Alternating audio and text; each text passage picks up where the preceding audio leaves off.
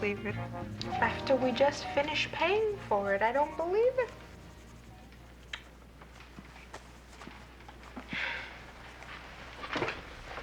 Mrs. Felker, do you feel up to telling me what happened?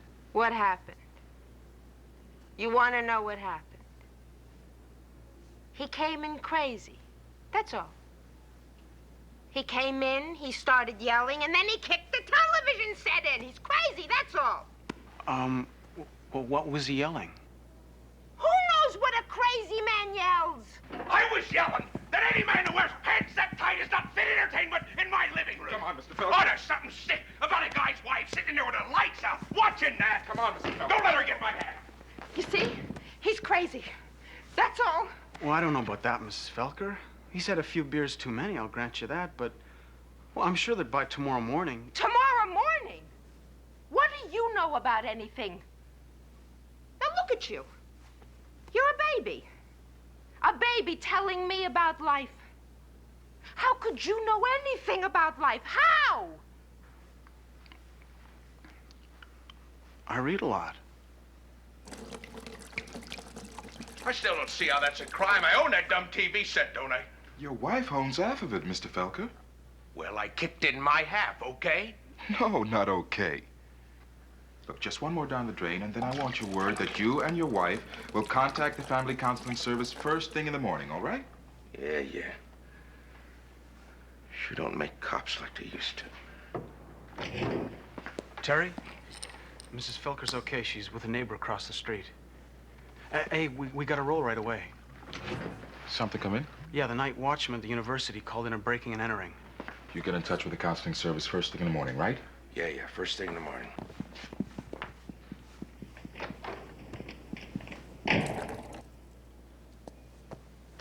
Mr. Felker, every drop.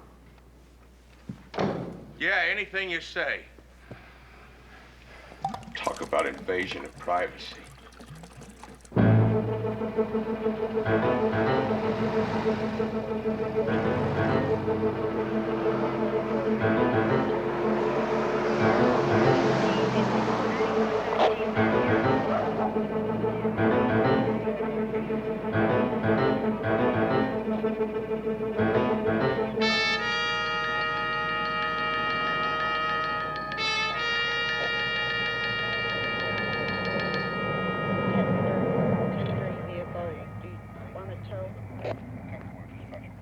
Where you been? I called in 10 minutes ago. Well, we rolled as soon as we got the call, sir. I pay your salary, you know that? And I pay yours too, sir. Yeah. What? Well, you work for a tax-supported institution. I pay taxes, so part of my money must go for your salary, right? You called in a breaking and entering. Oh, yeah. Oh, well, you see, 3 kids broke in the main gate down front. Yeah. I come right up here and called you. You say kids, what do you mean? 10, 12? No. 19, 20 probably. You know, kids.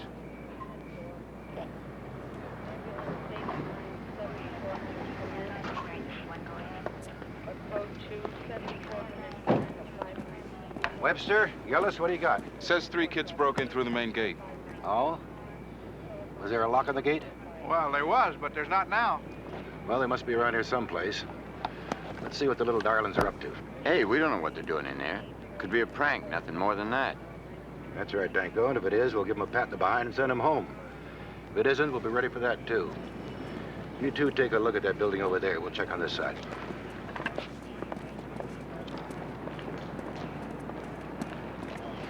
You know something? Kids today, not like they were in my day. Yeah, we know what you mean. Yeah.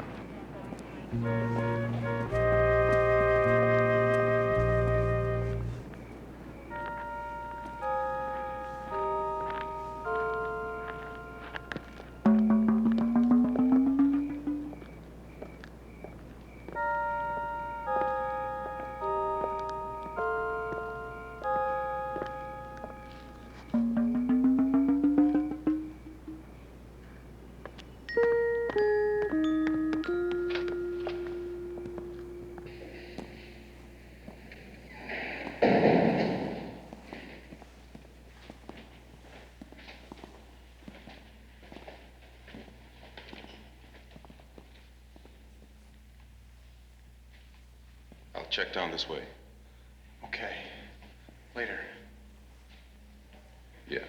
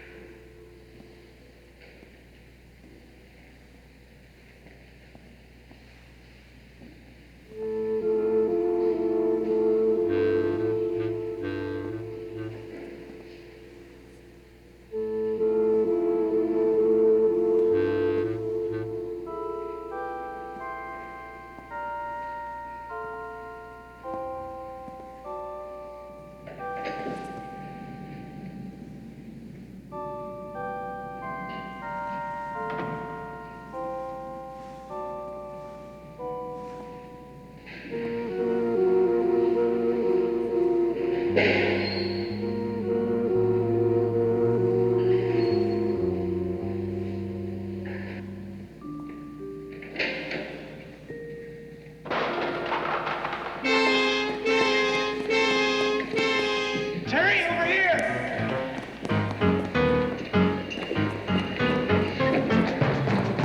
Police, hold it!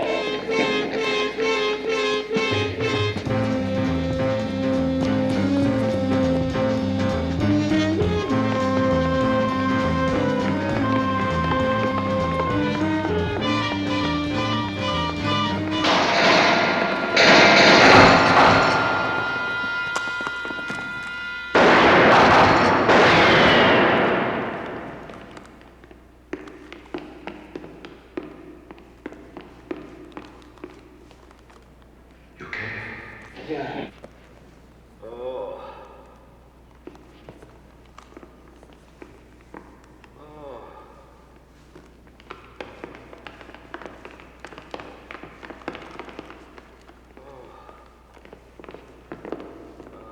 We need an ambulance. Tell County we've got a gunshot coming in. I'll call it in.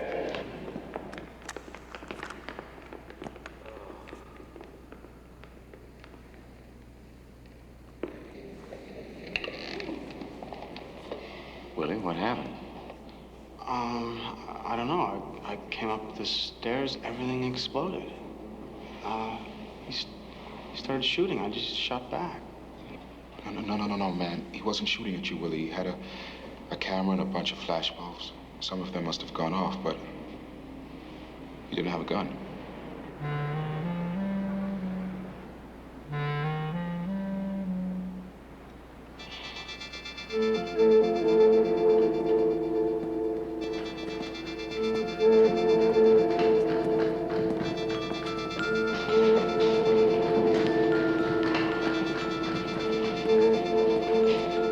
I want to go to the hospital with him, okay? No way.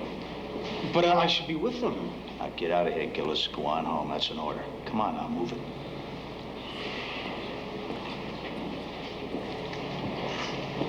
No, thanks. Riker says we're supposed to head for the barn.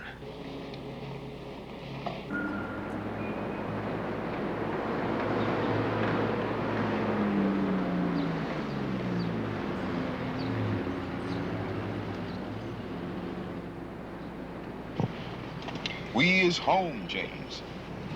Yeah, well, yes. We got any beer? I don't think so. Do you want me to get some? No, not really. What I could use is just a few minutes alone, you know? I'll be in Mike and Jill's. Call me if you need me. Okay, thanks.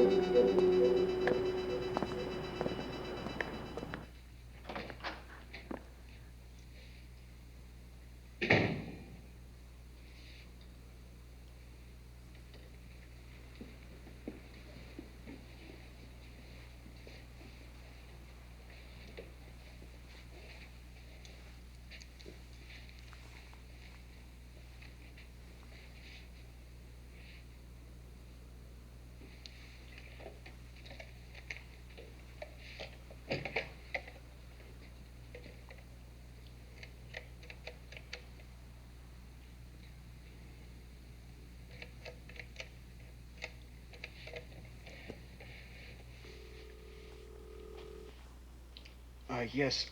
I'd like to inquire about a patient who was admitted early this morning for a gunshot wound. His name?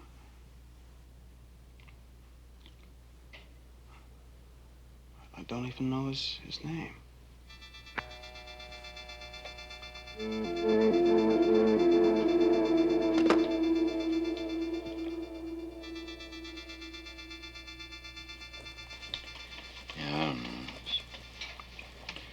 Not much you can do. It's just something Willie's got to handle for himself. All the way home, I kept trying to think of something to say. Anything, just to break the silence. But everything I thought of sort of sounded like a bad version of a late show sermonette. Yeah, I know what you mean. Once in the service, I had to fill in for a guy who was sick. It's the worst duty I pulled in 10 years. Escorting a body back for burial. The chaplain said stay close to the family. Be there when they reach out, because eventually, he said, they all do reach out. And maybe so will Willie.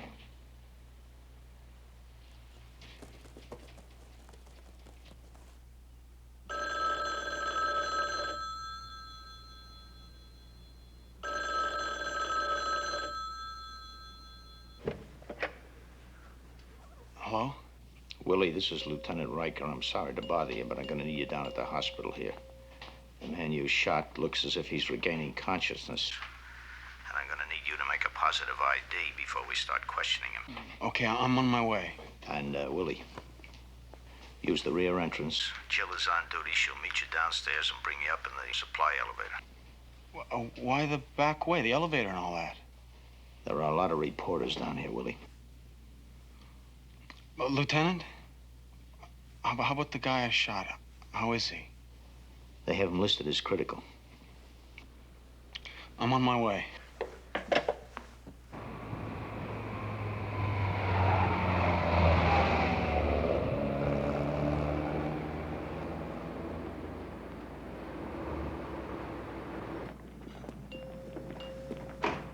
Dr. Adams, report to emergency.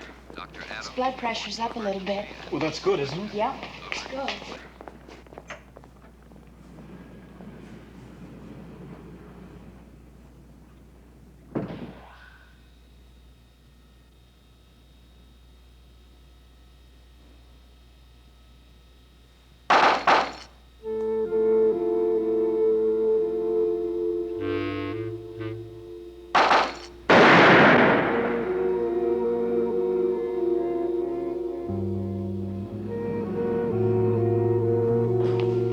Why don't you wait in there? I'll go see if he's awake yet. Okay, thank you.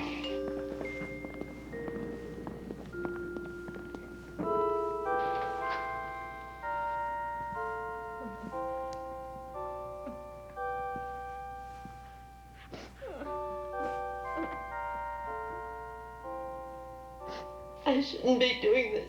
But not helping David by crying. He's a strong boy. He'll be fine. But that one doctor said the bullet was... He also said David was young and strong. Now, those are facts on his side. I'll tell you one thing, though. I'm not going to let them sweep this under the rug the way they always do.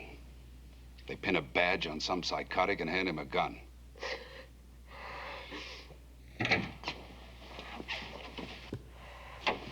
He's awake. Which room? It's down the hall, second door on the right. Lieutenant Riker's there. Oh, nurse, I'm Mr. Palmer. Do you know if my son's awake yet? Yes, he is, Mr. Palmer. Dr. Litchfield said the police can talk to him for a minute. Well, not without me, they don't. Nan, you wait here.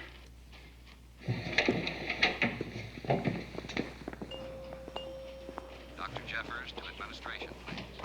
Dr. Jeffers. They're only giving us a minute, Willie, so all I want you to do is verify your identification of this man as the one you chased out at the university. Then I want you to step aside, let the detectives take over. You understand? Yeah.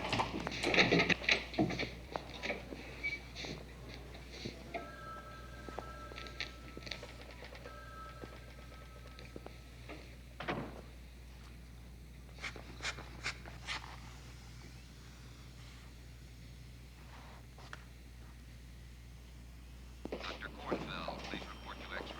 I want to see my boy. Mr. Palmer, you can't go in there. There's a lawyer present to protect your son's Look, case. Lieutenant, I'm going in there with you, around you or over you, but I'm going in.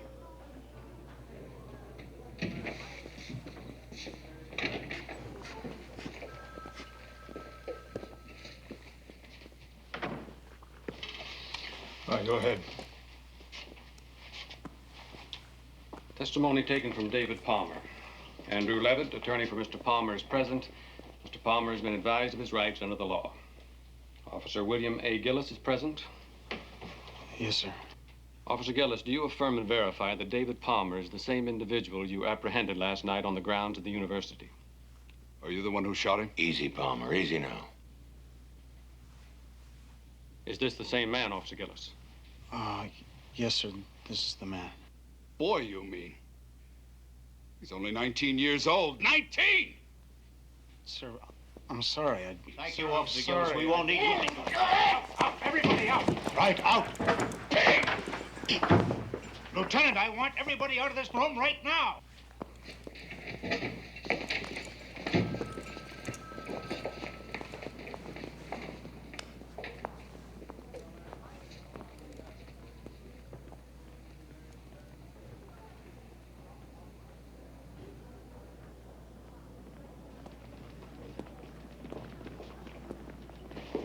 Hey, Willie.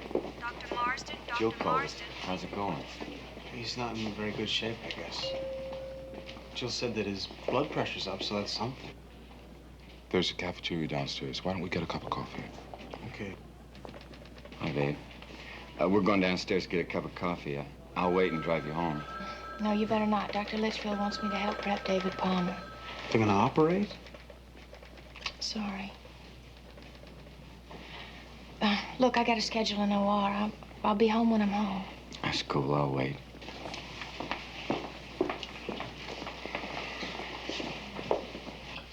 Retract. A little bit more. Okay. All right. Suction.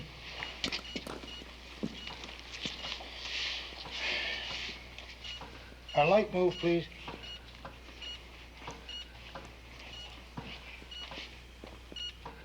Yeah, that's fine. Good, good. Okay. Now I can see it.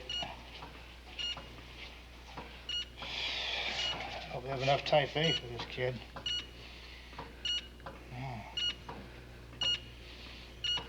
He's really torn up in here. Sodium bicarb, stat. Get the paddles over here. Get some juice up for me. Set it at 3. All right, everybody away from the table. Back. Go.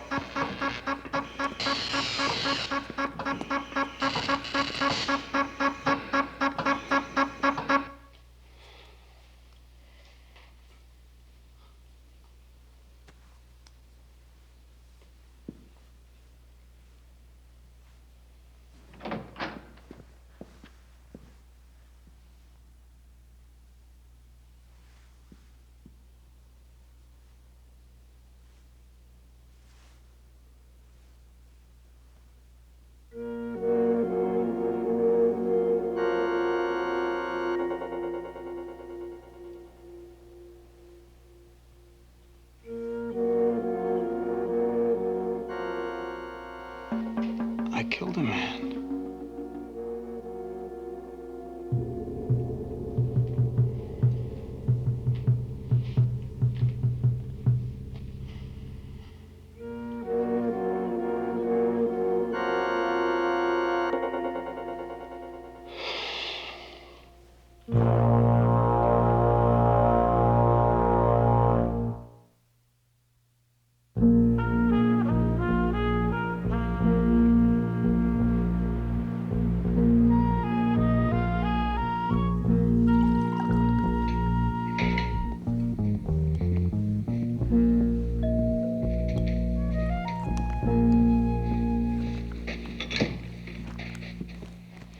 That's wrong. Scotch or beer, name it. Nothing for me, thank you. Wrong again. A Chablis on the dry side, please. You got it. Willie? Nothing, really. Willie, as bad as this may be, and I would be the last guy to tell you that it wasn't, It's not going to go on forever. Well, there'll be a few rough weeks coming up. Rough? How? Well, there's a coroner's inquest to go through. That's SOP in any case like this. And it figures the press is going to lean on this pretty heavy. Oh, because Palmer's got bread, right? Big political contributor. Money gets page one, and the poor get buried real quick. Partially because of that, but not 100%. What's the rest of it?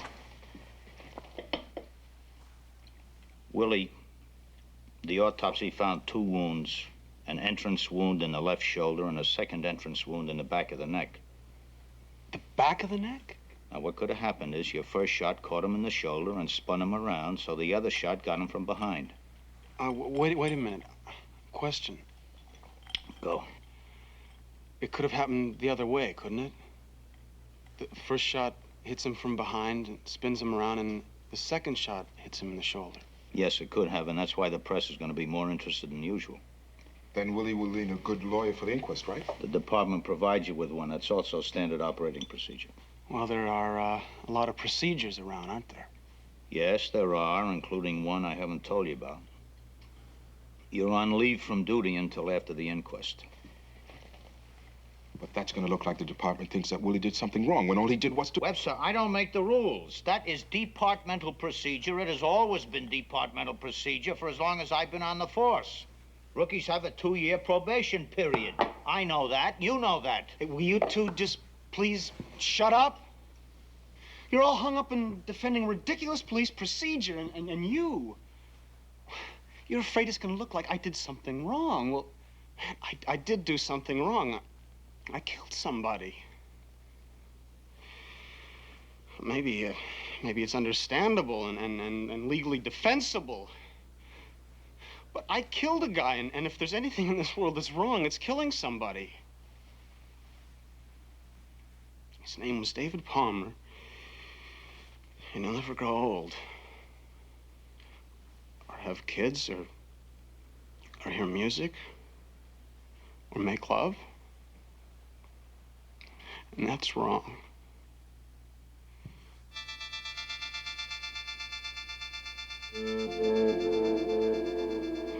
You can finish the beer. I'm going to bed.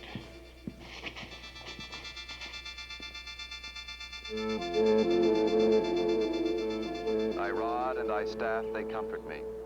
Thou preparest a table before me in the presence of mine enemies. Thou anointest my head with oil. My cup runneth over. Surely goodness and mercy shall follow me all the days of my life, and I will dwell in the house of the Lord forever. May we pray. O Heavenly Father, we beseech thy grace to fall upon thy servant David, and upon his family thy merciful blessings and kindness in this their time of grief.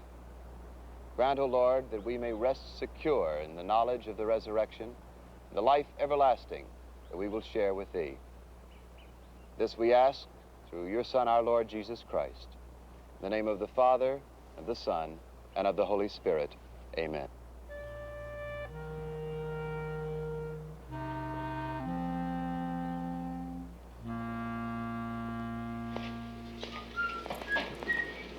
Hey. Hey, how you doing? I'm riding with you today. Great. How's Willie doing? As well as he can, I guess. Mind talking about it? Guess not. I don't know, man. There's something been bugging me. I may be way off base. If I am, say so, and I'll drop it. Oh, no, man, no. What? Well, what was he gonna take pictures of? What was who gonna take? The kid. What kid? What do you mean, what kid? The kid Willie shot, the camera, the flashbulbs, all that. What was he sneaking in there trying to take pictures of?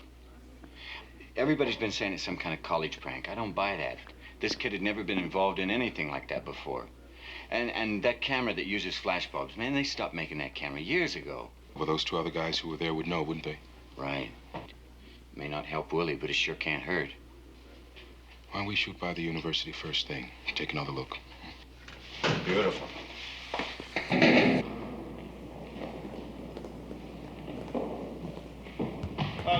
Just a minute. You got leather soles on your shoes? Because you can't walk on the stage if you got leather soles on your shoes. No, I ain't got no leather soles, though I've known some in my time. Huh? Bad joke. Well, I don't know what you're looking for in here. Detectives been all over the place. Took enough pictures to choke a pig. Listen, when I said choke a pig, I didn't mean anything. Don't worry about it. We didn't take it that way. Look, does the school have any big games coming up? Any traditional rivalries where students from one school play tricks, paint a statue, that kind of thing? Not that I know of. Well, is there a statue that sort of represents the school? No? Oh, yeah. Yeah, old Sammy Spartan. Sammy Spartan. Yeah, but that's way over by the football field. Which way is that from here? Over there. They were headed for that door. That could have been the easiest way to shake Willie. Maybe. What's in the wing on this side of the auditorium? Nothing special. Medical school, mostly. They keep drugs there? Expect so. Still doesn't answer my question, man. Why the flashbulbs? Could you get us a floor plan of this wing? I'll see what I can do.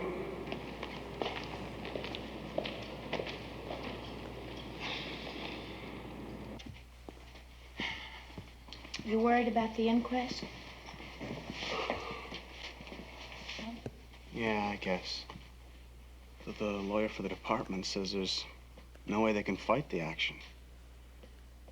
It's justifiable right down the line. Okay, then what?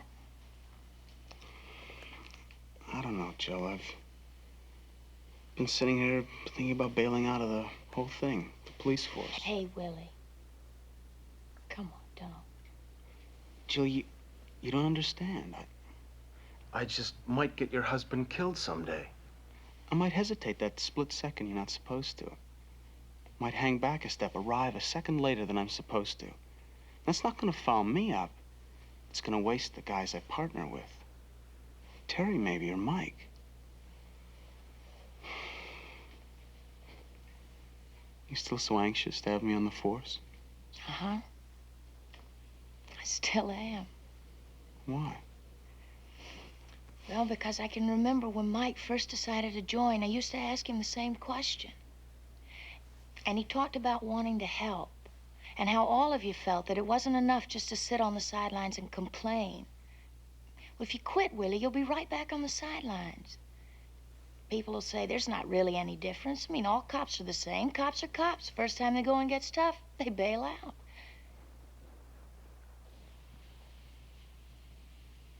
I don't think that's true.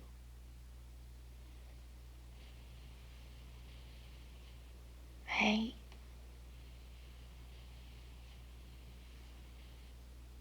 Is it, Willie? I don't know. Hey, let it go. It's probably just some more reporters. They've been very industrious about getting in touch with me.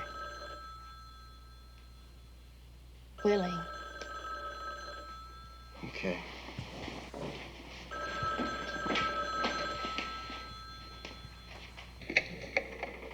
Hello? Is this William Gillis? Yes? I know you didn't kill David Palmer, and if you're charged with anything, I swear I'll come forward and clear you.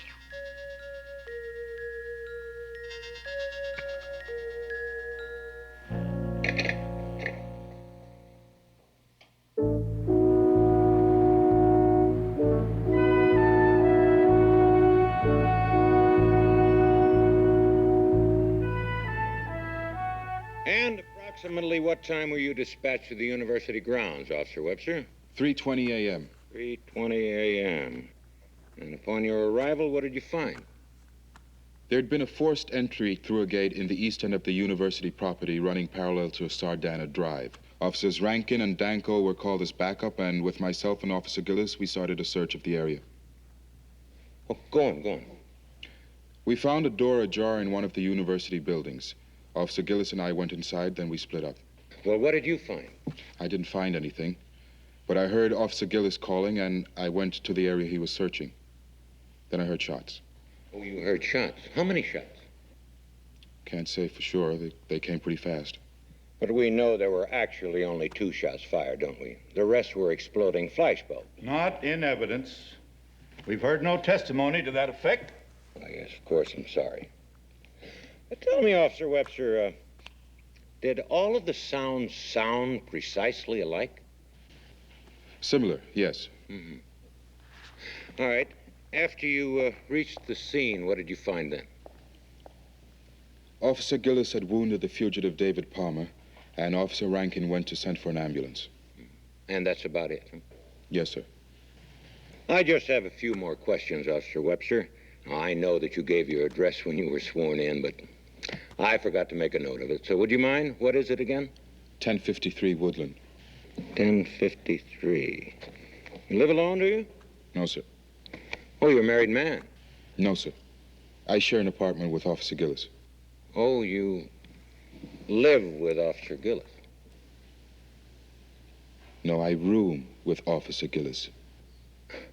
The same thing. More or less.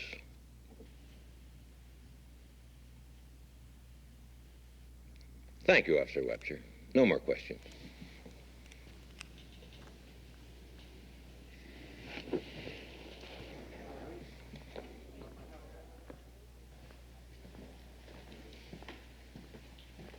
How many bullets were recovered? 2, both .38 caliber. Mm-hmm. Were you able to identify the gun that fired those bullets? Yes, sir. It's registered to Officer William A. Gillis. William A. Gillis. And the condition of the bullets themselves? One was essentially undamaged, consistent with soft tissue of the neck wound in the deceased. The other passed through bone, consistent with the shoulder wound, but it was still identifiable. And both bullets from the gun issued to Officer Gillis? Yes, sir. No doubt about that. Well, thank you very much. I have no more questions. No further questions. Some sick chick thinks it's a jolly time to tell a cop she can get him off the hook, that's all. Well, so then why did she get off the phone so quickly? I mean, why not hang on and really build a story? Because then you could check it out, that's why. What about the girl in the back row? Yeah. What about her? Well, she was at the funeral, too. I know that. You told me. So what? So her friend gets killed. She goes to the funeral. She goes to the inquest. It's no big deal. Why are you shooting down every legitimate chance I have to find out who called me? Because a ding-a-ling called you, and I don't want to see you get your hopes up over some ding-a-ling. Let me check her out, Lieutenant, huh? You're on duty this afternoon. Would it totally destroy police procedure if Mike Danko and I made a few phone calls then? No, it would not destroy police procedure, but then you would get your hopes up that you are going to help Willie here, and things don't run that way, that's all. Well, how do they run, Lieutenant? Levitt is going to get you on the stand this afternoon and tie you up like rubber spaghetti. That's something for you to concentrate on. Just leave the pipe dreams up to the narco squad. Getting through this testimony is the one thing that is going to keep you on the force, rookie. That's where you can help yourself. Lieutenant, may I offer you some help? What? Thank you. All right, Officer Gillis. As you were walking down that dark corridor, what were you thinking? Can you remember? Well, sir, it's not really thinking in that kind of a situation. You mean you weren't even thinking? Well, no. What I mean is, it's more like reacting than thinking. You're listening. You're waiting. You feel a little scared. All right, Officer Gillis. So with no plan, admittedly scared, you went stalking through that building and tell me, was your gun drawn? No, sir. I didn't draw my gun until after I went over the lockers at the top of the stairs. Well, why then? Well, there was this sound like a pop and a flash of light. All right, Officer Gillis, let's see what we have so far, shall we? We have a rookie policeman going down a dark hallway, no plan in mind, listening for any sound, no matter how slight, admittedly scared. He races headlong after what he supposes to be footsteps. He hears a pop, a light goes on, he draws his gun and fires wildly, not once, but twice. I thought it was a muzzle flash. But it wasn't, was it, Officer Gillis? There was no one firing in that dark hallway but you, was there? No, sir. And you hit your target. Oh, yes. You hit your target, didn't you?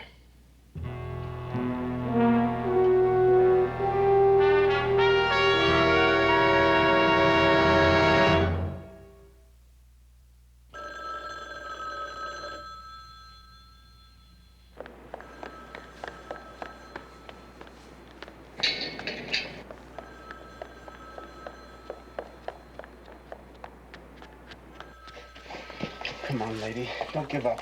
Keep waiting. Be there, please. Be there. Hello? I'm just calling to tell you that I'm not going to come out in public because there won't be any charges brought against you. And the worst thing that can happen to you is that you'll lose your job. I'm sorry about that, but I can't help it. I don't want to hurt you or any living thing in this world, but Look, what could you tell? I fired at him. That's what happened. I know. But you didn't kill him. If you know who did, then you're protecting a murderer. Or maybe you did it. No, I didn't. And he's not a murderer. It was just an awful, awful accident, and there's nothing to be gained by going into it. I'm just sorry that you have to be hurt even this much. I liked the red dress you were wearing at the inquest today.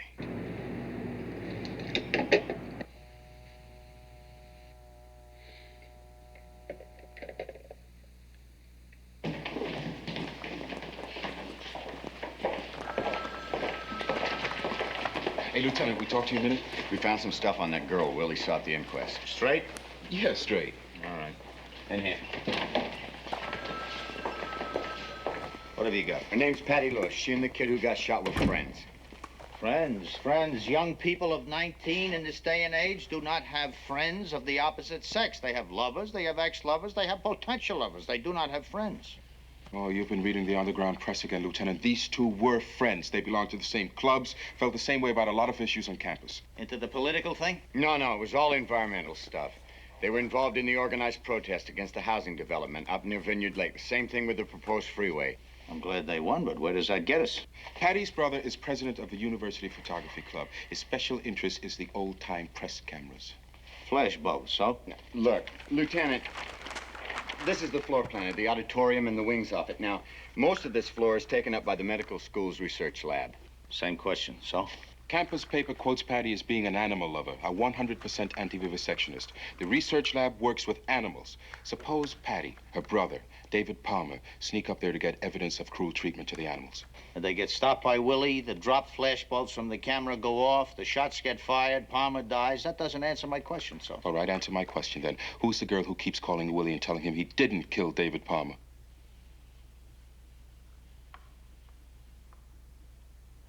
All right, call Gillis and tell him we'll pick him up in 10 minutes. Where are we going?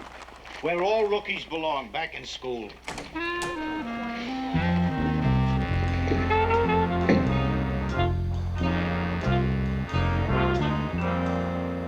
Maybe it made you feel good to nail her with that red dress number, but I do wish you'd kept your mouth shut. Why? At least now we're pretty sure who she is. Right, and now she's aware that you know who she is and that we'll be checking on her.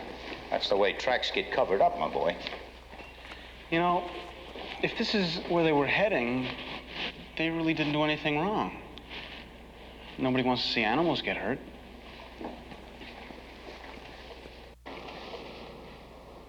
I had a kid brother that died of diphtheria. I think I'd kill a rabbit to get him back. Come on. Does anyone know where we're going? Yeah, him. All right, now you were chasing 3 people. Danko and Webster and me will be those 3 people. Were they bunched up, spread out? Spread out, 3 or 4 feet between them.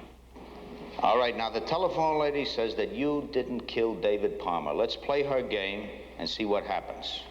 He was killed with a bullet, that's for sure. Then there had to be a 3rd shot. Gillis, come on up the stairs. Just like that night, but real slow. I came up the stairs, And then the lockers went down. And I got over the lockers. Then there was a flash of light and sound. Flash bulb. Last man in line dropped the camera. Then I went down and I rolled over to here. Last man in line tries to take off, drops flash bulbs. And then I fired at the sounds and the light. The shot catches him in the shoulder, spins him around. No, it was the bullet from behind that killed him. Where did that come from? Well, it had to come from me. Which means your second shot missed Palmer completely. Ended up down there. Ballistics says it went through soft tissue. I think it went through nothing till it ricocheted off that wall. Then what about that? That's where the third bullet would have gone. Why is that window not broken?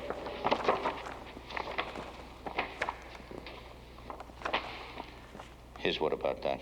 Window was open. Third bullet is out there somewhere.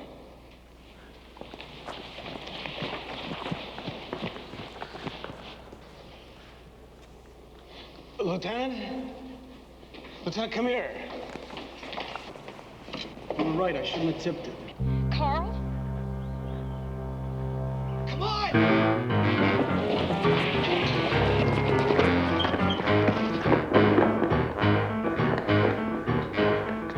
Carl, maybe we should... Come on!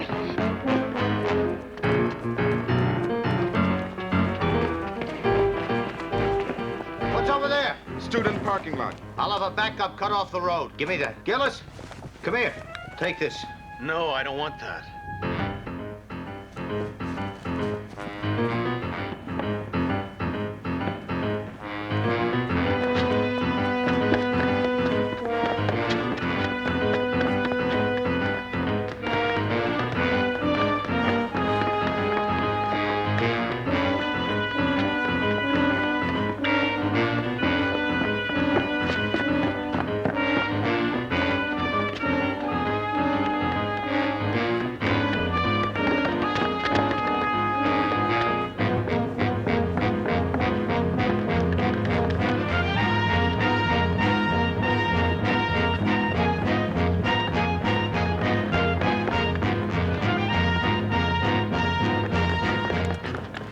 Police, halt!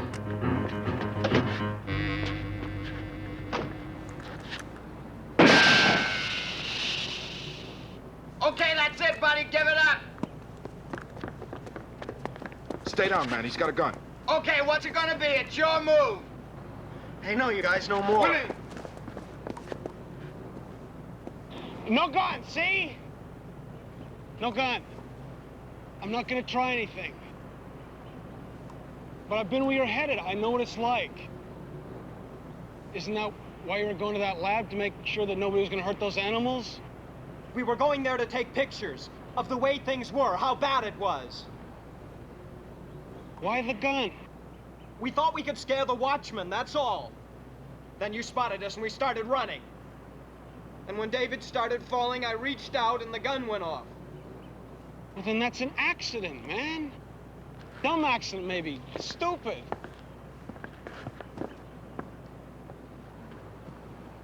But you got that much going for you. If you start firing now... Well, that's what I did. I pointed the gun, I fired. Doesn't make any difference that it wasn't my bullet that killed him. Hey, listen. Listen to me, even if you waste all of us, you're gonna be more dead inside than we'll be. Because it takes a toll, man. It takes a heavy, heavy toll. At least now you've got a chance to keep from paying that price. Come on, don't blow that chance.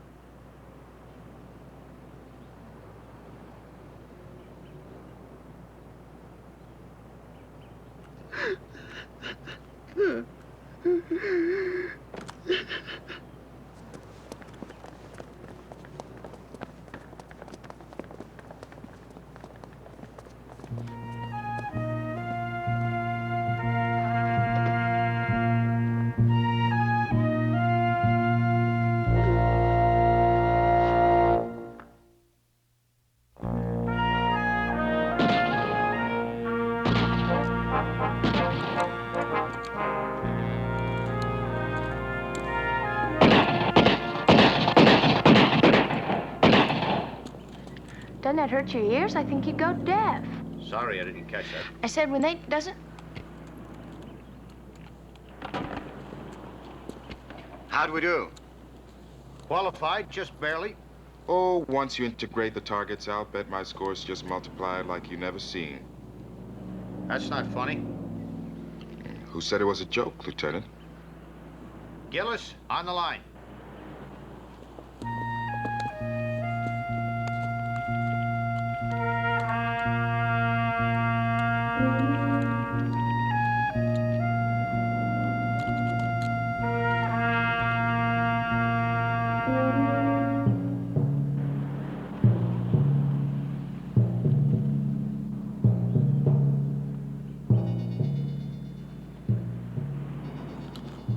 You have a jam, Gillis? No, sir.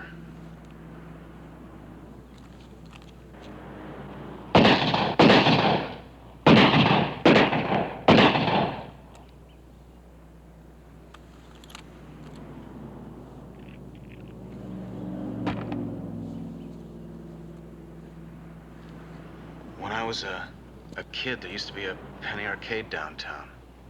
I'd go there a lot.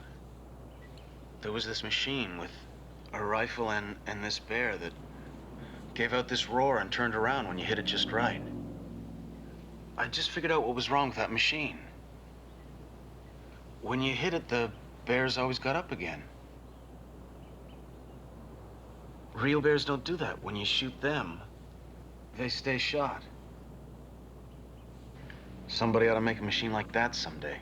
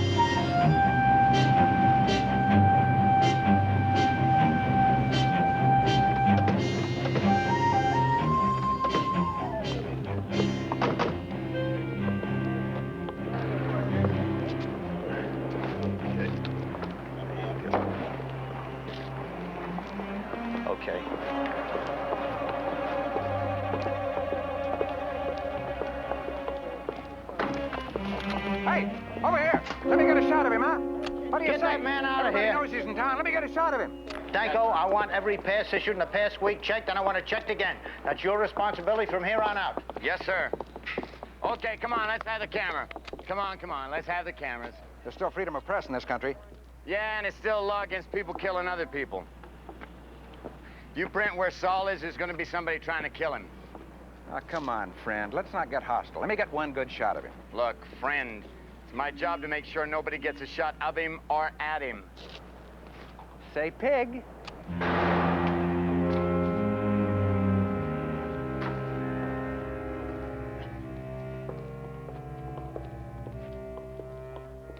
Crazy? I'm not going in there. Now look, the entire floor has been cleared from this end of the building. No, you got windows there. They'll get me through the windows. No way, Mr. Saul. You're being held in maximum security.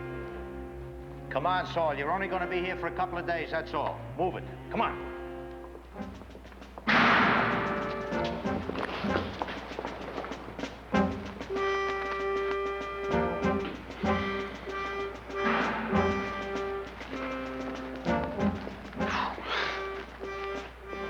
That man is really frightened. An organization bookkeeper who testifies against the organization, that's good reason to be frightened.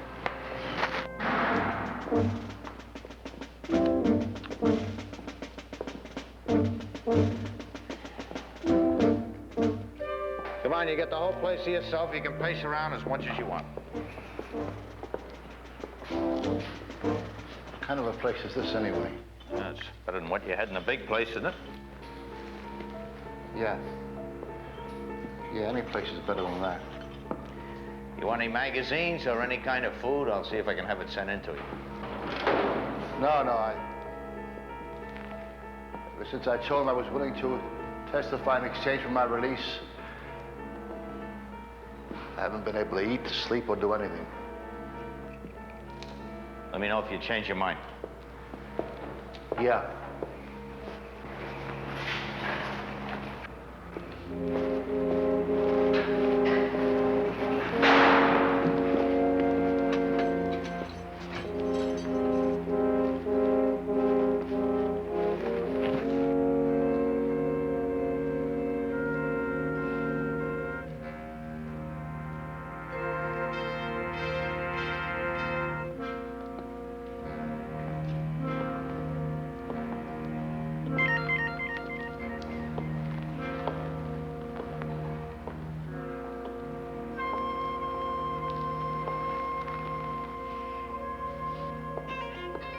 Nobody on this floor unless they've been searched and cleared. I want a man in the anteroom at all times watching Saul. Is that clear? Yes, sir.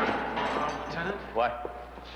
Have you any idea why Saul decided to testify now? 15 years in prison and all of a sudden the switch. How come? He's dying, Gillis. Doesn't want to die behind the walls.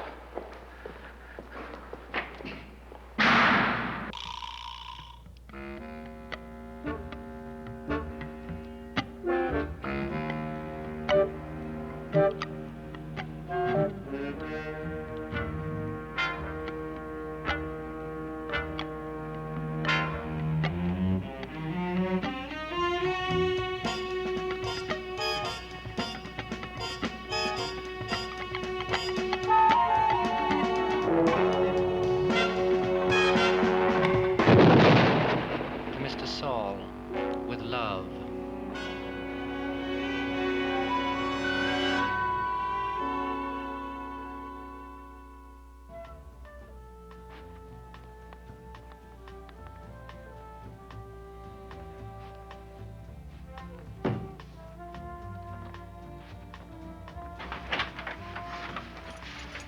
Hi. Anybody call? No, you expecting anybody? Oh, Riker's gonna nail me to the wall if I don't check out those passes. Seems some yo-yo photographer got into the compound today and almost blew the whole thing. Mayor had to call the editor of the paper, make sure he'd kill a story, and so Riker's now got me in charge of who's been cleared, who hasn't been cleared, and why not. Sergeant Tompkins, please. How was your day? Well, Sergeant Tompkins? Yeah, this is Officer Danko. Fine, thank you. Lieutenant Riker asked me to call you in regards to a pass you issued to a David Fenner to tour the prison facility. Yeah, well, it seems we're going to have to renege. Happy birthday. Yeah, well, I know it's a little late in the day, but that's the word. Hey, happy birthday, Mike. I'm on the phone. Yeah, okay. Look, I'll be down there tomorrow morning around 10 o'clock. Yeah. Okay, fine. Thank you. What's the matter?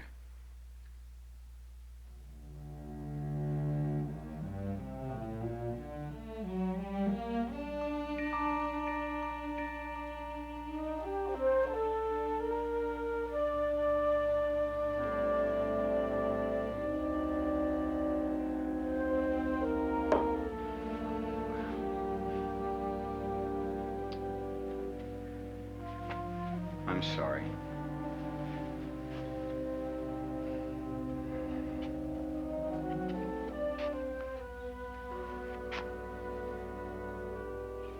We've been so involved with Saul and... It's no excuse. But I am sorry. I miss you, Mike. I miss us. What was that supposed to mean? Well, it means that you've been working 18 hours a day and I never see you. When I do, I'm either going to the hospital or... You're so tired you can't see straight.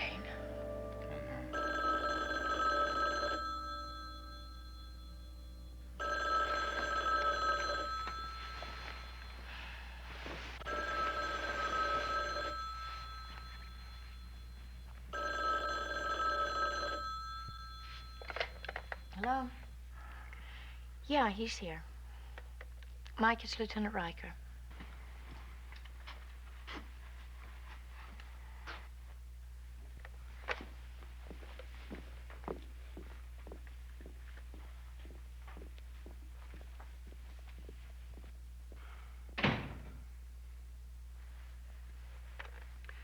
Yeah, hello. Danko, I got a call here from Sergeant Tompkins about denying a pass to somebody named Fenner. Tompkins says that we ought to reconsider. You know anything about this? Just that he's public relations and he doesn't like to get anybody mad at the department. All right, I'll see you in the morning, and I'll explain the situation to this Fenner guy. Good deal. Goodbye.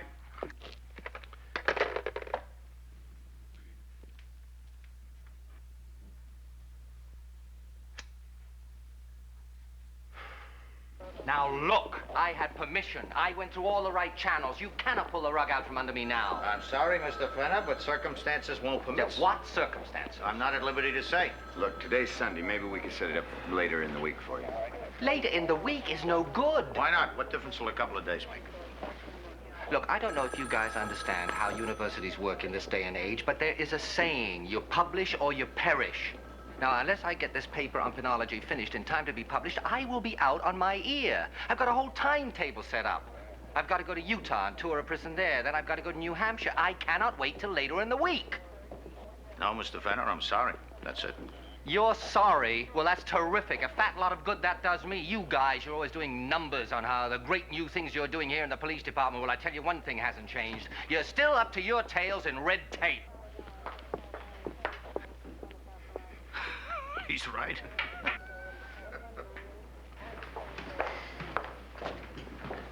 Look,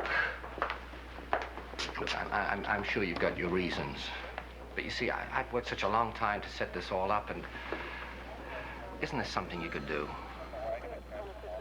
No, Mr. Fenner, there's no way. I'm still sorry, and it's still fine. No.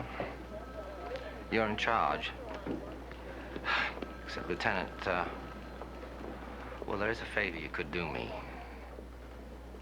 What's that? Well, you see, I'm afraid I have been doing a little bragging with a few people up at the university, and, well, the head of the department is flying in here today to meet with me. It would be a great help if Well, one of you guys could be there to explain why the tour has been canceled. He's arriving by chartered plane in an hour, and... Well, it would be a great favor, Lieutenant. All right, Danko, drive him out. Well, hey, thank you.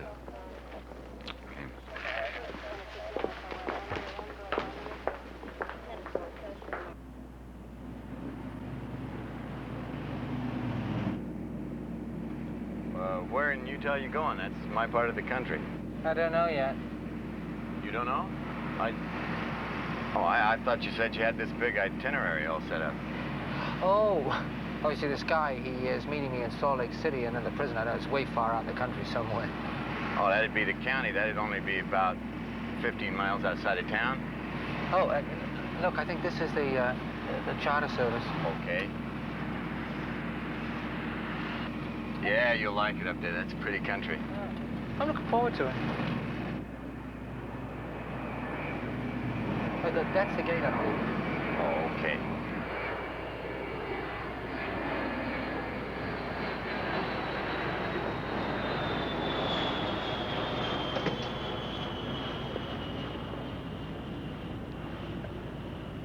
Hi. I got a guy here who's supposed to meet an incoming passenger. You want to let us in, please? Okay, thank you.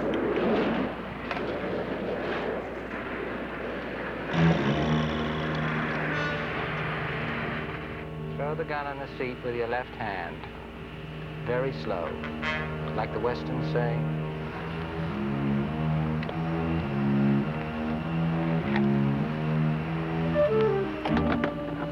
Now the belt, just as slow.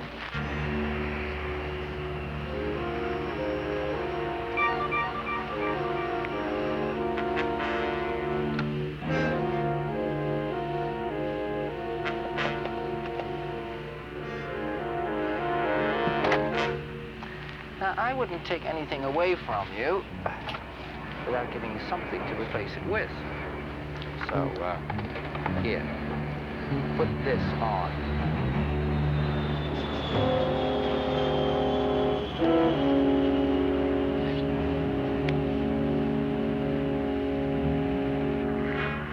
Go on.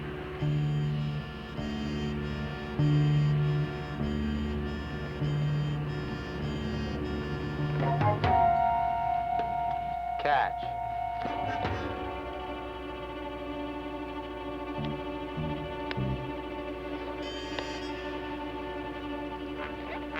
Now, this gizmo in my hand is a microwave transmitter.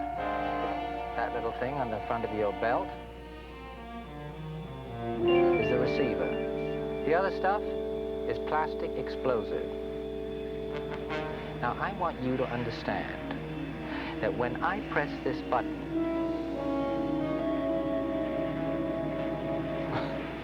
nothing is going to happen to you.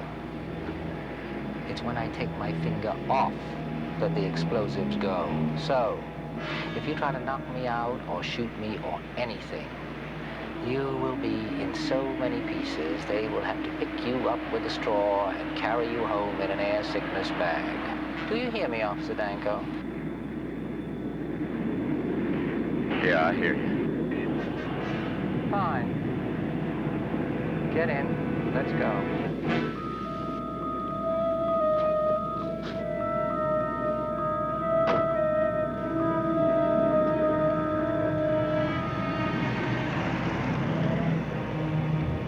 Drive straight to that hangar. Slowly.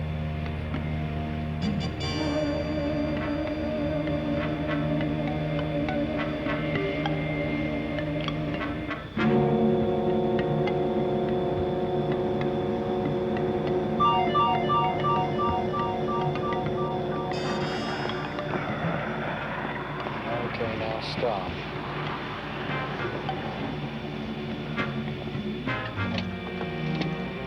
Get out. Slowly.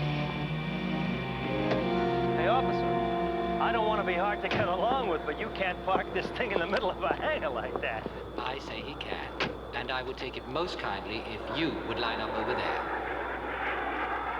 Come on. You two guys, come on. Do what he says. He means business. Follow him. Come on. You two, come on. Over here. Drop those tools. You. Handcuff him. Hands behind the back. Any one of you pilot? Nope, they're all mechanics. We service these birds, we don't fly them. Very well. You are now all expendable. But there are more of you than I have time to expend, so, get in there. Come along, briskly. Move, you slap-sided cretins, move!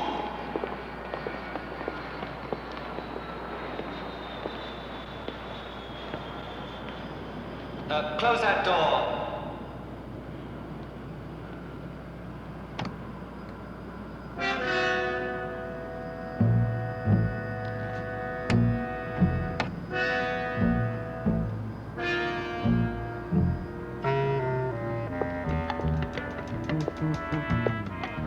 And now, Officer Danko, I would like you to give me one of those radio code numbers that you use. Which one? The one that means officer needs help. Because you do.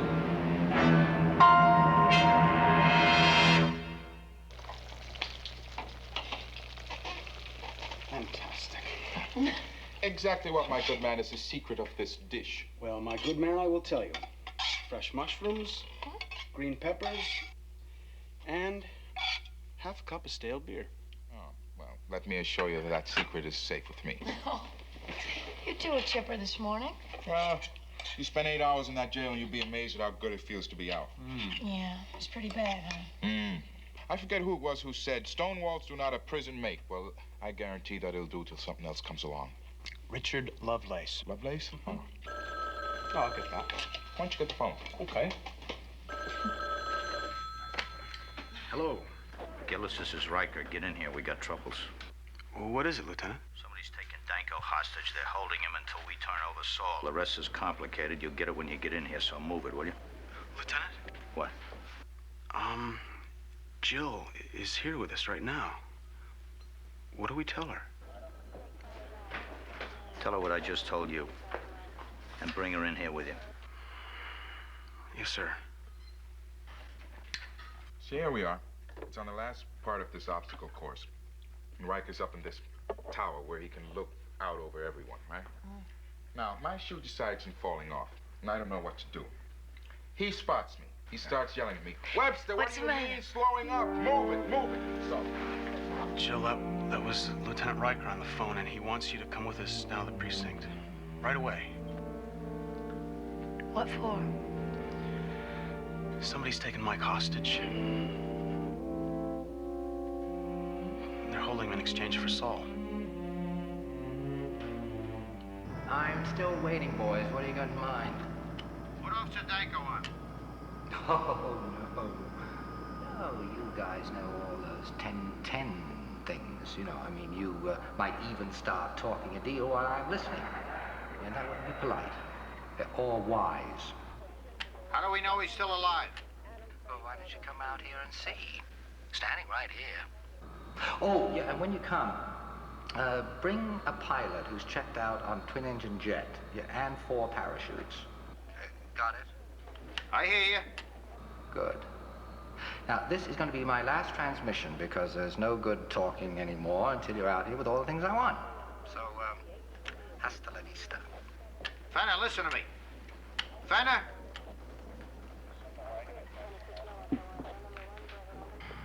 Well, here we are.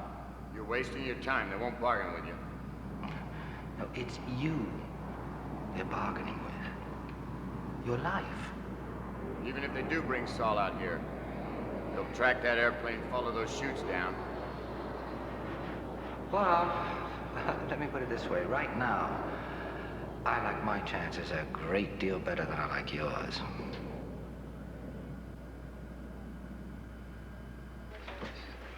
Yes, everything he says is theoretically possible. No question of that.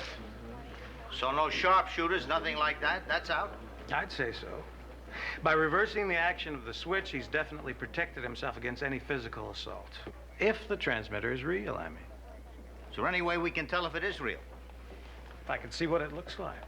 We got a chopper up with a photographer. If they get a good close shot at that transmitter, can you tell if it's real? Possibly. I could probably tell you if it was a bad imitation. But about all the picture would tell me is the frequency of the transmitter from the length of the antenna.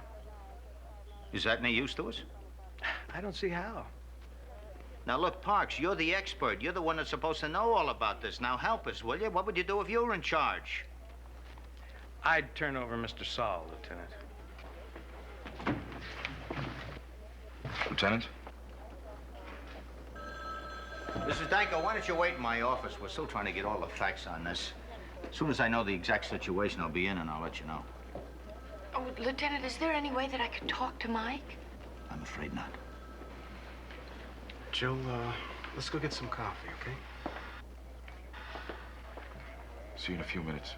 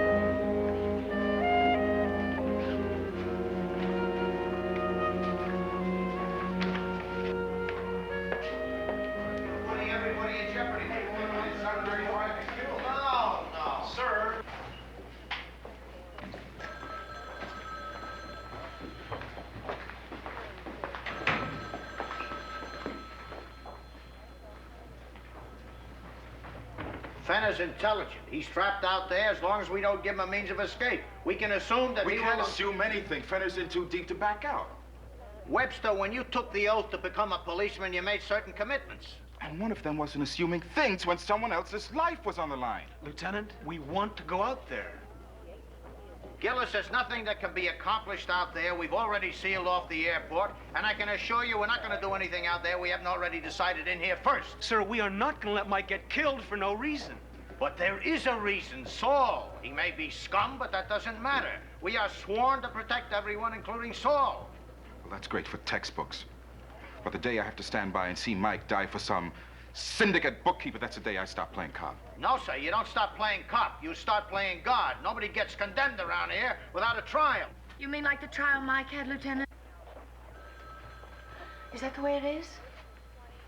Gentlemen, this is Officer Danko's wife. Who still doesn't have an answer to a question? Well, if I may rephrase the question. Does a police officer always get a fair shake? Well, the answer is no, Mrs. Danko. It always has been. Yeah. Commissioner Riley for you, Lieutenant, on line 3. Yes, sir. Yes, sir, I thought so, too.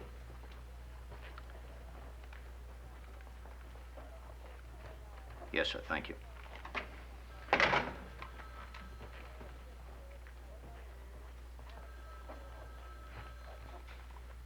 They commissioner has just left the mayor's office. He is sorry, but there will be no negotiating. No pilot, no parachutes, no nothing. We'll do everything we can to free Officer Danko, but we will not negotiate on Fenner's terms.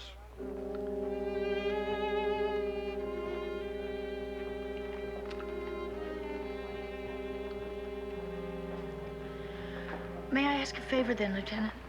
Of course. Would it be possible for you to arrange for me to talk to Mr. Saul?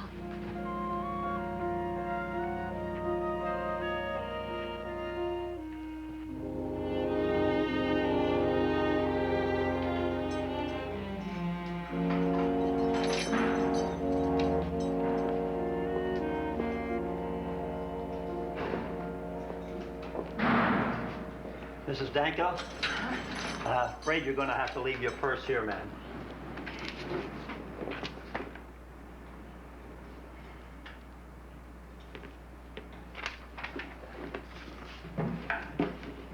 If you'll follow me, please.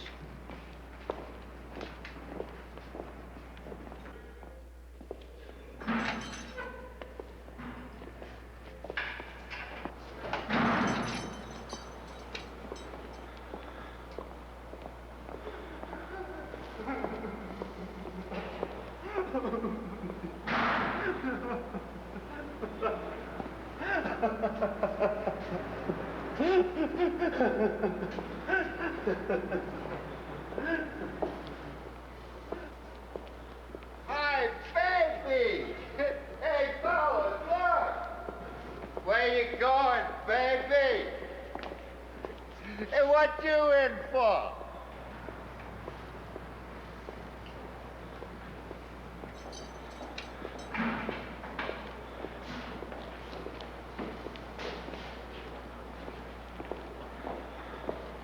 This is Mrs. Danko. The matron searched her downstairs. Thanks. Good luck. Right this way. Sorry about Mike, Mrs. Danko. Lieutenant Riker will get him out. Yeah, I'm sure he will.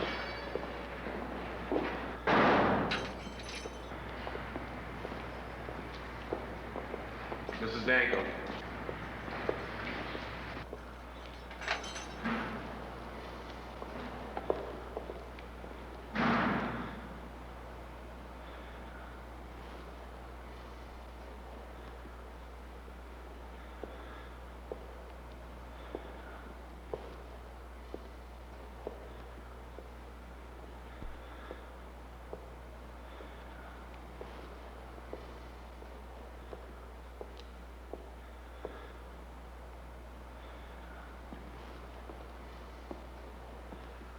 Who are you? What do you want? I'm Jill Danko, Mr. Saul. I got nothing to say to you. Leave me alone.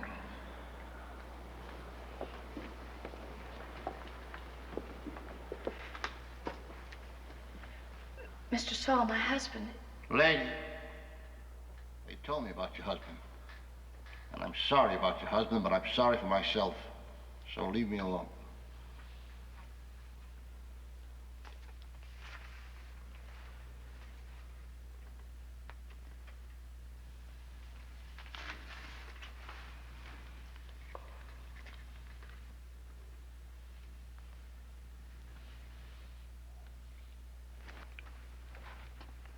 Look, he's a nice-looking man, a nice guy and all that.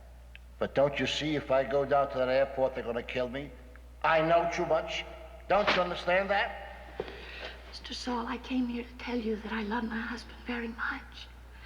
And to ask you to help me keep him alive. And get killed myself? No, look, I'm sure the police can work out some sort of a plan. Look, you're not sure of anything. You're asking me to trade my life to save your husband. Isn't that the truth? Yes, it's true. I trade your life for his because I trade my life for his.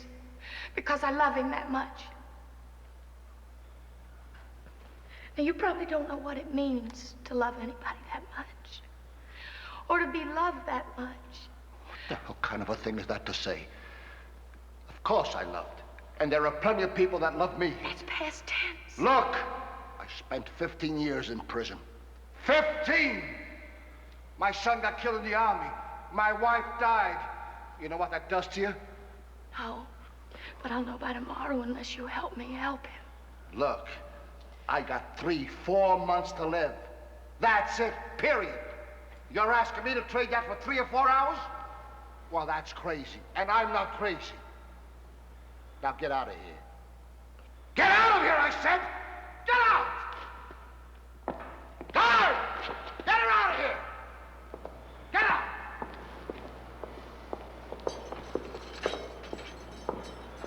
Hold it!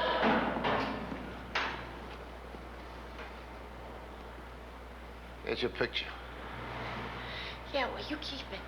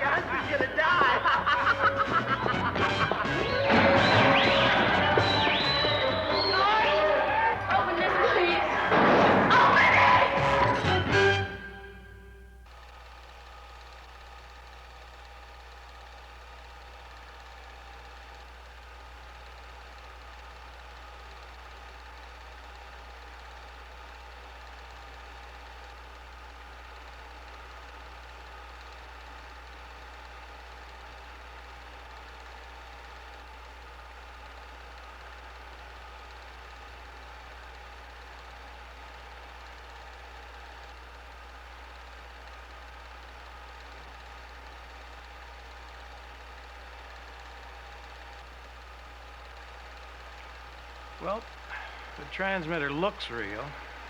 The film doesn't show very much detail, of course, but I'd hazard to say it's not a dummy. Antenna tell you anything? From its length, I'd say it's operating in the area of 1700. It's a standard kind of range. Is there, any way of putting out a commission? None that I've ever heard of.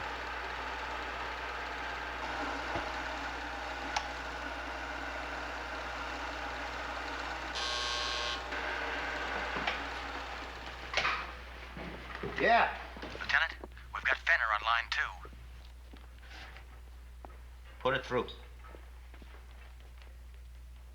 Hello? I haven't heard from you, Lieutenant, and I'm getting lonely out here. I don't like that. Now, I want to see a pilot. A pilot and Saul, remember? We don't know if Danko is still alive since you moved inside. Let me talk to him. The guy at the precinct wants to talk to you. Now, you've got 5 seconds. 5. No 1010s, no code numbers, nothing. Okay, you follow? Yeah. Okay, I'm putting him on. Now, you've got 5 seconds. Mike, how's he treating you? Is this transmitter and bomb thing for real? Yeah, it's real, all right. He's making this a home away from home, Lieutenant. Just a home away from home. All right. Now, here's how I'm treating you. Unless all my demands are met within 1 hour, he is going to be a statistic. I told you they wouldn't make a deal. Oh, they're bluffing. They can't let it get down to the wire. They can't. All right, all of you draw riot gear. We've got 1 hour to deploy around that hangar. Listen. Yes, sir, what is it? I was wondering, does anyone know if Officer Danko has had any experience with electronic procedures or devices? Well, he had a long hitch in the Air Force. Missile silo technician. What is it, Parks? We don't have time to waste. You know, there's a chance that it just might work. I don't know what you're talking about. What might work? Home away from home.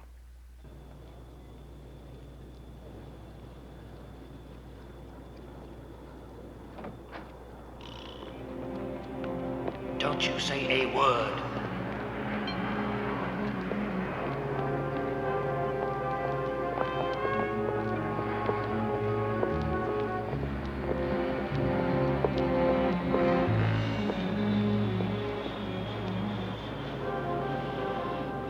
Officer Danko.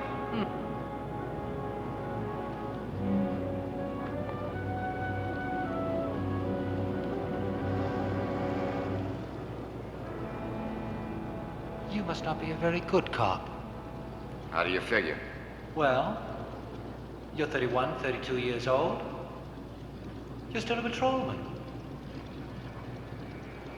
Why would any guy ever want to be a cop? Why would anyone want to be what you are?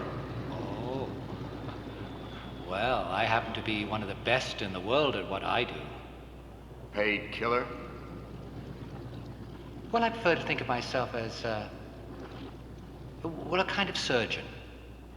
Removing troublesome growths before they become too troublesome for the people who employ me. Still a paid killer. So what are you? I mean, if you shoot some pathetic little creature for stealing a loaf of bread, they still send you your check at the end of the month, don't they? Yeah. You would kill if the conditions were right. I would. And as far as you're concerned, the conditions could get right pretty quick.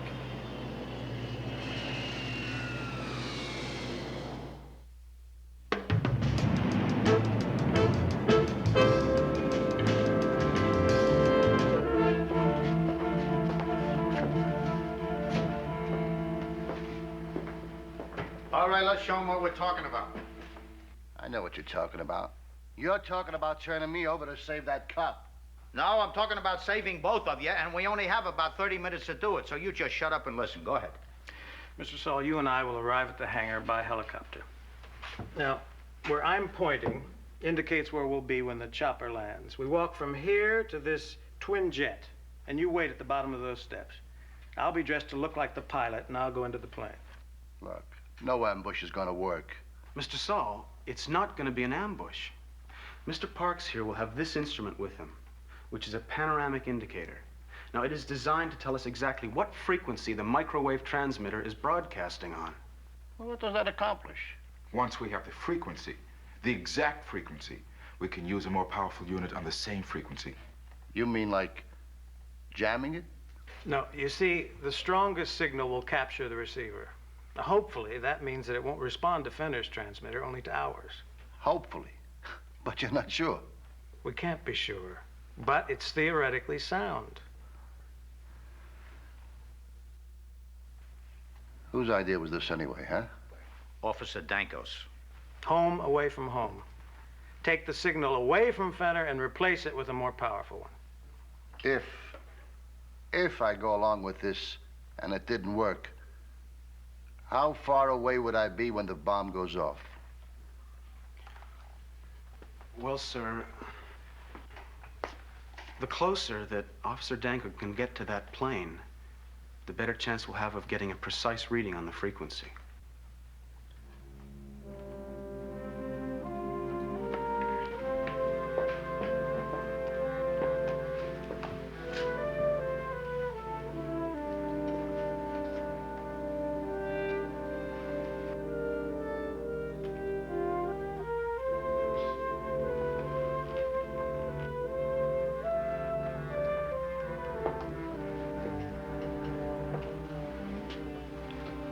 What's your first name? Jill. You a good cook, Jill? Oh, well, I'm pretty good, I guess. What's your best dish? Well, I make kind of a chicken and rice dish Mike likes. Sounds good. How would you like to make it for me and your husband tonight? Okay.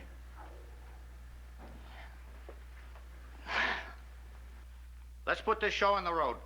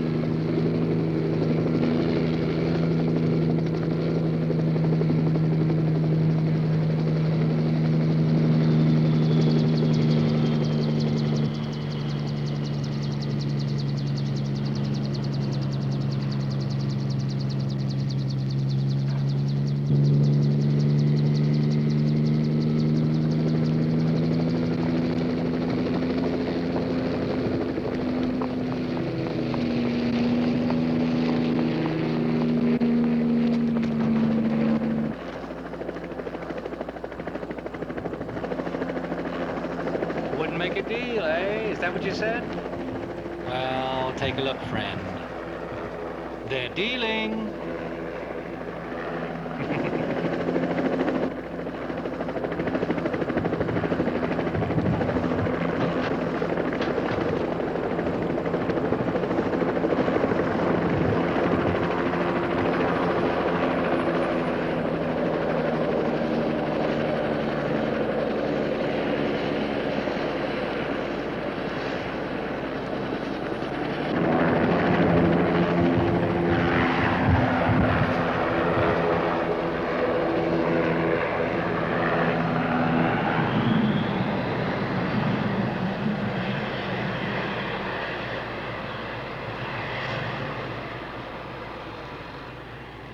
Okay, we're in position.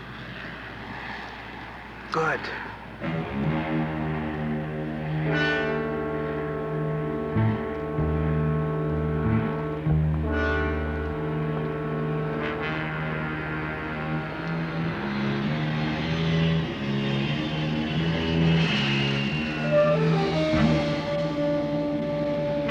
Here they come.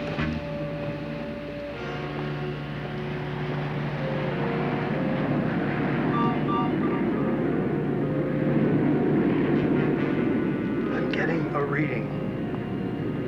17. 17. No, it's more than that. 17. Hold it.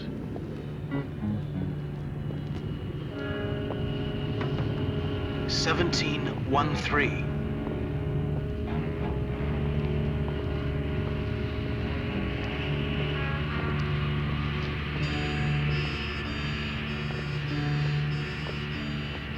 No.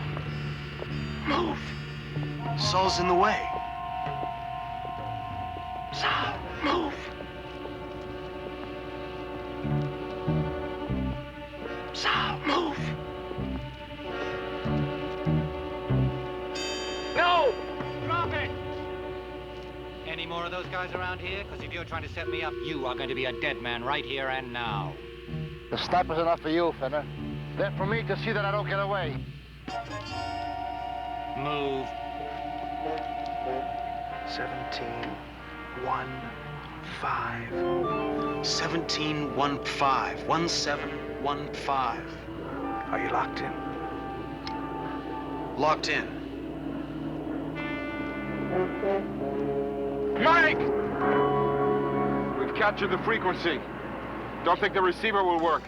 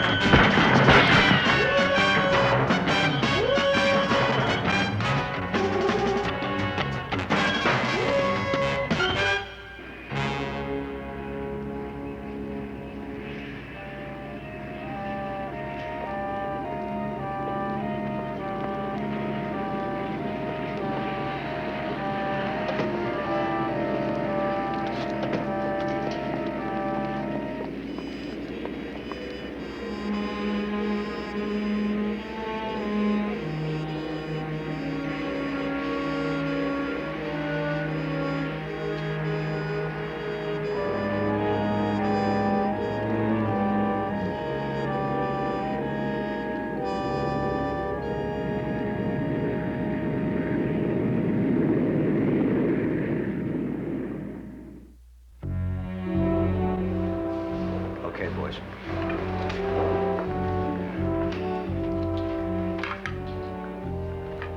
Well, I still think it would have been nicer at our apartment. Nicer, yes. Legal, no. Mr. Saul is still in custody until he testifies. Had enough trouble getting him into the precinct for 3 hours, let alone to your place. Well, your efforts are very much appreciated, Lieutenant. All right, huh? Let's see, huh? You can't taste food right unless you concentrate on it.